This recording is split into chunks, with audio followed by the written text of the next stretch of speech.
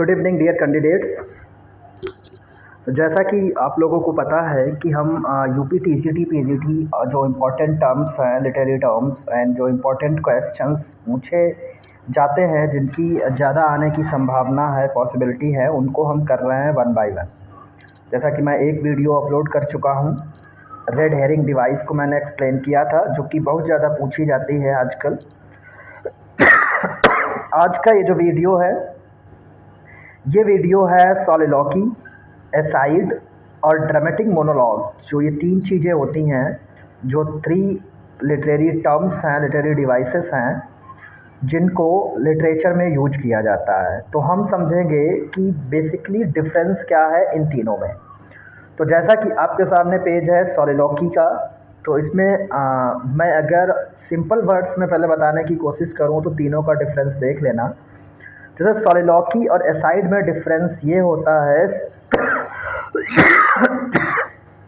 कि सॉलिलॉकी में जो कैरेक्टर होता है, ये अपने इनर थॉट्स को, इनर आइडियाज़ या जो भी मेंटल एक्टिविटी जो भी चल रही होती है, उसको वो एक्सप्रेस करता है। अब कई बार क्या होता है कि स्टेज पर वो कुछ कहना चाहता है, कुछ दिमाग में उसके चीज़ें चल रही होती हैं, और मेन जो है, जो ड्रामाटिस्ट होता है, क्योंकि ये जो सॉलिलॉकी और एसाइड ये प्ले में यूज करी जाती हैं डिवाइसेस, तो उसका जो मेन उद्देश्य होता है, मेन एम होता है, वो क्या उसके दिमाग में क्या वो प्लान बना रहा होता, उसको ऑडियंस तक पहुंचाना, कि ऑडियंस कुछ समझ सके, ऑडियंस जान सके।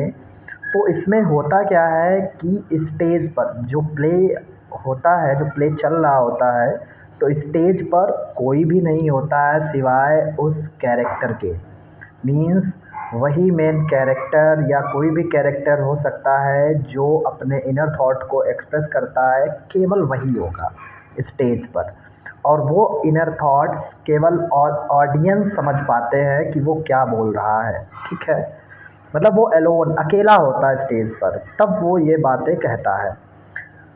अब एसाइड की बात करें तो एसाइड में भी यही चीज़ें होती हैं, लेकिन एसाइड में अदर कैरेक्टर्स भी स्टेज पर होते हैं। इसमें क्या होता है, एसाइड जैसा कि वर्ड से हमें पता चलता है कि सारे कैरेक्टर्स हैं तो स्टेज पे, बट जो कैरेक्टर अपने थॉट्स को रिवील करता है, ऑडियंस तक पहुंचाता है, वो थोड़ा सा साइड में जाके ये चीज़ें बोलता है। तो दोनों में क्या है, दोनों में सिमिलरिटी ये है कि केवल और केवल ऑडियंस ही उस कैरेक्टर के थॉट्स को समझ पाते हैं, सुन पाते हैं।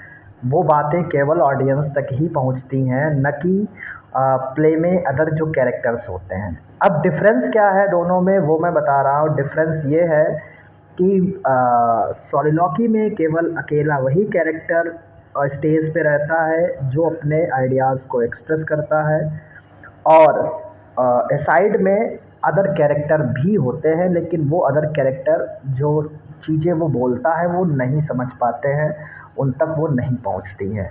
तो ये होता है डिफरेंस इन दोनों में। अब बात करते हैं ड्रामेटिक मोनोलॉग में। ड्रामेटिक मोनोलॉग ये डिवाइस है जो कि यूज करी जाती है पोएम में, ठीक है। जो लिरिकल पोएम होती है उसमें इसको यूज करते हैं, ये प्ले में नहीं यूज करी जाती है। ये एक डिफरेंस होता है। और ड्रामेटिक मोनोलॉग में भी एक स्पीकर होता है जो पूरी पोएम को वही बोलता है, और वहाँ पर वो जो चीज़ें होती हैं वो उसके इनर थॉट की नहीं होती हैं, मतलब अंदर उसके क्या चल रहा है वो नहीं होती है। वो जनरली वो सारी चीज़ें बोलता है, यानी किसी को सुनाता है वो। मतलब वहाँ पे एक और कैरेक्टर होता है जो सारी चीज़ें सुनता है, या कह सकते हैं वो ऑडियंस होता है जिससे वो सारी, या लिसनर कह सकते हैं या हियरर कह सकते हैं, मतलब उस पोएम में होता है, लेकिन उसका उस वो केवल सुनता है, पैसिव लिसनर होता है, वो कुछ बोलता नहीं है। ये डिफरेंस होता है ड्रामेटिक मोनोलॉग और सॉलिलॉकी और एसाइड में। मतलब मैं फिर से रिपीट कर रहा हूँ, ध्यान से सुनिएगा। जो सॉलिलॉकी होती है, सॉलिलॉकी में जैसे क्या है, अगर सॉलिलॉकी और ड्रामेटिक मोनोलॉग का डिफरेंस करें तो सॉलिलॉकी में जैसे मैं हूँ, मेरे दिमाग में बहुत सारी चीज़ें चल रही हैं, मेरे माइंड में बहुत सारे डिस्टर्बेंसेस हैं, बहुत सारी प्रॉब्लम्स हैं, मैं सोच रहा हूँ। अब मैं जो सोच रहा हूँ वो ऑडियंस तक पहुँचना, उसको ऑडियंस जान पाए, तो वो सोलिलॉक्य हो जाती है। ड्रामेटिक मोनोलॉग में क्या है, ज़रूरी नहीं है कि वो सारी चीज़ें हमारे दिमाग में चल रही हों। हम किसी चीज़ को किसी से कह सकते हैं, मतलब हम कुछ बोल रहे हैं, किसी को सुना रहे हैं, अपनी स्टोरी किसी को सुना रहे हैं और वो लिसनर भी है, लेकिन उस लिसनर का ज़िक्र नहीं किया जाता है पोएट्री में। तो ये बेसिक डिफ़रेंस होता है, ठीक है? अब हम जैसे कि एग्ज़ाम्पल इसका बहुत अच्छा हम ले सकते हैं, जैसे हम सीरियल वग़ैरह जब देखते हैं तो सीरियल्स में आपने देखा होगा कि एक कैरेक्टर होता है, वो कुछ प्लान बनाता है, प्लान वो सोचता है, वो प्लान अदर कैरेक्टर नहीं समझ पाते हैं कि वो क्या प्लान बनाया जा रहा है, क्या चीज़ें उसके दिमाग में चल रही, लेकिन हम लोग वो समझ जाते हैं क्योंकि वो हमें सुनाई पड़ता है।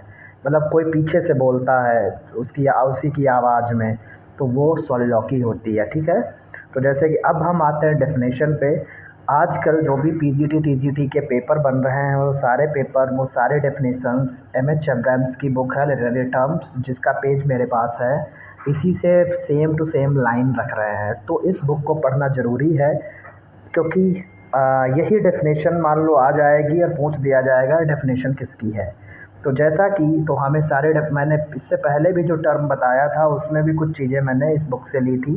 तो धीरे धीरे इस बुक के जो भी इम्पोर्टेंट टर्म्स हैं जो आजकल पूछे जा रहे हैं हम उनको कर लेंगे, ठीक है? तो जैसा कि इसमें लिखा है, soliloquy is the act of talking to oneself, खुद से बात करना, वेदर साइलेंटली और अलाउड। अब हो सकता है वो साइलेंटली कुछ अपने में बड़बड़ाए या तेज तेज बड़बड़ाए। तो इन drama it denotes the convention by which a character alone on the stage. Important line है कि जिसमें कैरेक्टर अकेला स्टेज पर होता है, utters his or her thoughts allowed, जिसमें वो अपने थॉट्स को तेज तेज बोलता है। Playwrights have used this device as a convenient way to convey information about a character's motives and state of mind। जो playwrights हैं उन्होंने इस डिवाइस का यूज किया है ये इंफॉर्मेशन ऑडियंस को देने के लिए कि कैरेक्टर का मोटिव क्या है, या उसके दिमाग में चीज़ें क्या चल रही हैं, या उसकी मनोदशा क्या है। Are for purpose of exposition, क्योंकि एक्सपोजिशन एक इम्पॉर्टेंट पार्ट प्ले का होता है। तो एक्सपोजिशन के लिए इस डिवाइस का यूज किया जाता है प्लेज में। And sometimes in order to guide the judgment and responses of the audience, या कभी कभी कि ऑडियंस उस कैरेक्टर के बारे में कोई, या अब इंसिडेंट कौन सी होने वाली है उसके बारे में कोई जजमेंट पास करें या रिस्पॉन्स दें, तो उसके लिए इसको यूज किया जाता है। अब Christopher Marlowe's doctor Faustus first perform in 1594 opens with a long expository soliloquy, क्योंकि डॉक्टर फास्टस जो कि क्रिस्टोफर मार्लो ने लिखा है, इम्पॉर्टेंट प्ले है, बहुत पूछा जाता है। तो उसमें जो प्ले स्टार्ट होता है तो वो एक्सपोजिटरी सोलिलॉक्य से स्टार्ट होता है and concludes with another which expresses Faustus frantic mental and emotional state during his belated attempts to evade damnation. The best known of dramatic soliloquy is Hamlet's speech, which begins to be or not to be। मतलब Hamlet में तो बहुत सारे सोलिलॉक्य, mainly Shakespeare ने जितने भी place लिखे उनमें कुछ ना कुछ सोलिलॉक्य उन्होंने यूज करी हैं। तो ये था आपका सोलिलॉक्य का, ठीक है? अब बात करते हैं एसाइड की। एसाइड में क्या है, a related stage device is aside. ये भी स्टेज डिवाइस होती है जो प्ले में यूज करी जाती, in which a character expresses to the audience his or her thoughts. इसमें भी जो कैरेक्टर होता है वो अपने थॉट्स को या इंटेंशन को एक शॉर्ट स्पीच के द्वारा एक्सप्रेस करता है। By convention is inaudible to the other characters on the stage. Means other character भी होते हैं स्टेज पर। वहाँ पर क्या होता है, सोलिलॉक्य में केवल वही कैरेक्टर होता है जो बोलता है, अदर कैरेक्टर जो भी रोल प्ले कर रहे होते हैं वो नहीं होते। लेकिन यहाँ पर अदर कैरेक्टर भी होते हैं, लेकिन वो कैरेक्टर नहीं सुन पाते हैं, नहीं समझ पाते कि वो क्या कह रहा है। Both devices common in Elizabethan and later drama were largely rejected by dramatist in the later 19th century. ये दोनों डिवाइसेस जो है यूज करी जाती थी एलिजाबेथन एज में या उनके लेटर, उनके बाद में जब जितने भी ड्रामा लिखे गए, लेकिन इनको बाद में जो 19th सेंचुरी में जो ड्रामाटिस्ट हुए उन्होंने इस नोशन को रिजेक्ट किया when the increasing requirement at plays convey the illusion of real life impelled writer to exploit indirect means of revealing character state of mind. क्यों? क्योंकि उन्होंने कहा कि ये गलत तरीका है। खैर वो बाद में हम बात करेंगे, फिर भी हम देख के ले रहे हैं इसमें क्या लिखा है, उसका मीनिंग पढ़े ले रहे हैं कि जो एसाइड और सोइलॉकी थी इनको बाद में रिजेक्ट किया गया ये कह करके कि ये गलत तरीका है कि हम कैरेक्टर के माइंड को पहले रिवील कर दें तो इससे लोग उसके बारे में अपनी एक राय बना सकें, तो वो सही नहीं होता है। Conveying exposition and guidance to the audience, ये सही नहीं है कि हम पहले से ही जो हमारे ऑडियंस को गाइड कर दें उसके थ्रू कि अब ये होने वाला है। O'Neill however revived and extended the soliloquy, लेकिन बाद में इयोनील हुए हैं जिन्होंने हैरी एफ प्ले बहुत इंपॉर्टेंट लिखा है। जो इंडस्ट्रियलाइजेशन वाला जो एज है उस समय इन्होंने ये बहुत अच्छे ये भी ड्रामाटिस्ट हुए हैं जिन्होंने मॉडर्न सोसाइटी के बारे में बहुत सारी चीज़ें लिखी हैं। And decide and made them basic device throughout the play strange interlude for reference to soliloquy in other circle. तो ये चीज़ें थी, तो यहाँ पे हमने डिफरेंस पढ़ लिया एसाइड एंड सोइलॉकी में।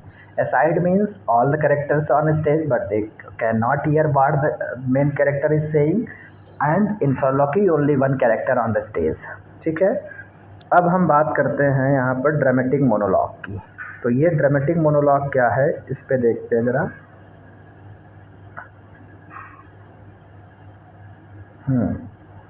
जैसा लिखा ड्रामेटिक मोनोलॉग जो है, monologue is lengthy speech bye A single person. ये भी एक लेंदी स्पीच होता है सिंगल पर्सन द्वारा। In a play when a character utters a monologue that expresses his or her private thought it is called सोइलॉकी।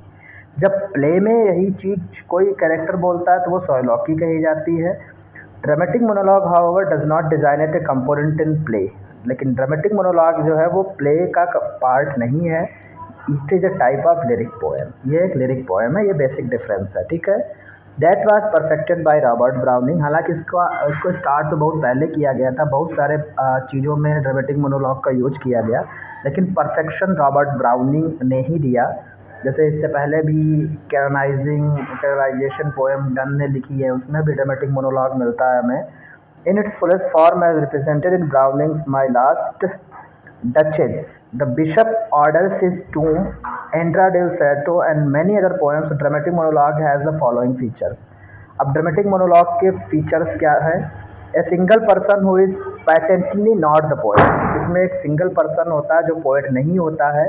Utters the speech that makes up the whole of the poem, जो पूरी poem में वही बोलता है। ठीक है, in a specific situation at a critical moment the duke is negotiating with an emissary for a second wife, जैसा कि लास्ट डचेज में है।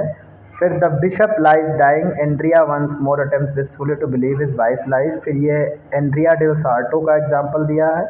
तो पहला है इसमें ए सिंगल पर्सन, पहला फीचर है single person who is patently not the poet utters the speech that makes up the whole of the poem. ठीक है, दूसरा इसका फीचर है this person addresses and interacts with one or more other people, but we know of the auditor's presence and what they say and do only from clues in the discourse of the single speaker। मतलब इसमें क्या होता है कि जो दूसरा character होता है वो प्रेजेंस उसका होता है वहाँ पर, लेकिन वो बोलता कुछ भी नहीं है। उसका प्रेजेंस जो है हमें उसी स्पीकर के थ्रू मिलता है कि वो स्पीकर कुछ ऐसी बातें कहता है जिससे पता चलता है कि हाँ लिसनर भी है वहाँ पर, वो किसको ये बातें बता रहा है। तो लेकिन वो जो लिसनर होता है वो एक भी शब्द नहीं बोलता है। तो ये इसका दूसरा फीचर है। फिर तीसरा फीचर है the main principle controlling the poet's choice and formulation of what the lyric speaker says is to reveal to the reader in a way that enhances its interest the speaker's temperament and character. अब ये poet अपने हिसाब से उसकी choice, उसके formulation के हिसाब से वो जो है उस लिरिक स्पीकर से सारी बातें निकलवाता है। 3 फीचर्स ये हैं जो आपके ड्रामेटिक मोनोलॉग के हैं। अब है क्या इसमें, जैसे आगे लिखा है in monologue such as soliloquy of the Spanish cloister and Caliban upon Setebos Browning omits the second feature. Second feature जैसे जो स्पीकर वाला है उसको ओमिट कर दिया था, the presence of A silent auditor, but features 1 and 3 are the necessary condition of a dramatic monologue. The third feature, the focus of self-revelation, serves to distinguish a dramatic monologue from its near relation, the dramatic lyric। तीसरा जो feature है वो कहीं ना कहीं close है dramatic lyrics से, which is also monologue uttered in an identity favourable situation at dramatic moment. अब जैसे जॉन डन ने पोएम लिखी the canonization and the flea, for example are dramatic lyrics. ये ड्रामेटिक लिरिक्स इनको बोला जाता है, हालांकि ड्रामेटिक मोनोलॉग भी कहा गया इनको। That lakhs only one feature of the dramatic monologue, the focus of interest is primary on the speakers elaborately ingenuous argument rather than on the character he inadvertently reveals of the course of arguing. And although Wordsworth's Internabe is spoken by one person to silent orator, मतलब जो इनकी sister होती है इंटरनेबे, उन्हीं को पूरी poem कही गई है, उनको ही एड्रेस किया गया है। तो मेन क्या है, हम यहाँ पे इसका डिफरेंस समझे। ड्रामेटिक मोनोलॉग एक डिवाइस है जो पोएम में यूज करी जाती है, जहाँ पे ज़रूरी नहीं उसके इनर थॉट को वो एक्सप्रेस करे, वो कुछ भी चीज़ें अपने बारे में, पर्सनल लाइफ के बारे में कुछ भी बताता है, मतलब बोलता है, वो सुनाता है, किसी कर सकते हो ये एक कहानी सुनाई जाती है, मतलब पोइट्री के फॉर्म में, उसको ड्रामेटिक मोनोलॉग बोला जाता है। जबकि सोलिलोक्वी क्या होती है, सोलिलोक्वी साइड ये प्ले की डिवाइसेस है। सोलिलोक्वी में इनर थॉट्स जो स्पीकर होता है, जो कैरेक्टर होता है, वो रिवील करता है ऑडियंस को, और वो अकेला स्टेज पे होता है। साइड में क्या होता है, अन्य कैरेक्टर भी स्टेज पे होते हैं, उनमें भी वो आगे के जो एक्शन है या आगे वो क्या करना चाहता है वो बताता है, लेकिन वो जो अदर कैरेक्टर भी स्टेज पे होते हैं वो उस बात को नहीं सुनते, केवल ऑडियंस सुनता है। ये बेसिक डिफरेंस होता है। तो ठीक है, मिलते हैं कुछ नए टर्म के साथ नेक्स्ट वीडियो में। ठीक है।